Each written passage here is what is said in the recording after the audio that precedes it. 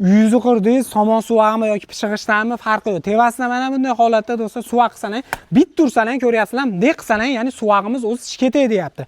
Buni yechimini topaman turib, pishig'ishni o'zidan qildiring. Pishig'ishni o'zi chiroyli turadilar, lekin orasidan loy chiqib turib pachaqa chiqib ketyapti. Paxsa devor qilib, yomg'ir yog'ib, urinib ketyapti. Nima qilishni bilmay toki qo'yardilarmi? Tokda ham foydasi bo'lmayapti. Mana sizlarga do'stlar yechimi.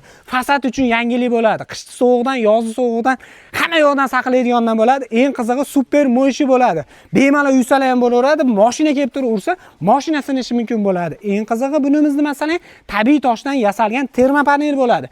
Tekis devorga qilib bersalar, gipki kaminini o'zini 90 ming so'mdan qilib berishar ekan. Shunaqa holatda orqasini utublit qilib turib qilsalar, do'stlar 160 ming so'mdan qilib berishar ekan. Hamma yo'q ichida usta haqqi mahsuloti vodiy bo'ylab xizmat ham, dizaynlik xizmati ham bepul bo'ladi. Sizdan talab qilinadigan narsa yeb ichishi hamda lesasini olib bersangiz bo'ldi. Zakaz berish uchun akalaringiz nomerlarini pastda qoldirdik.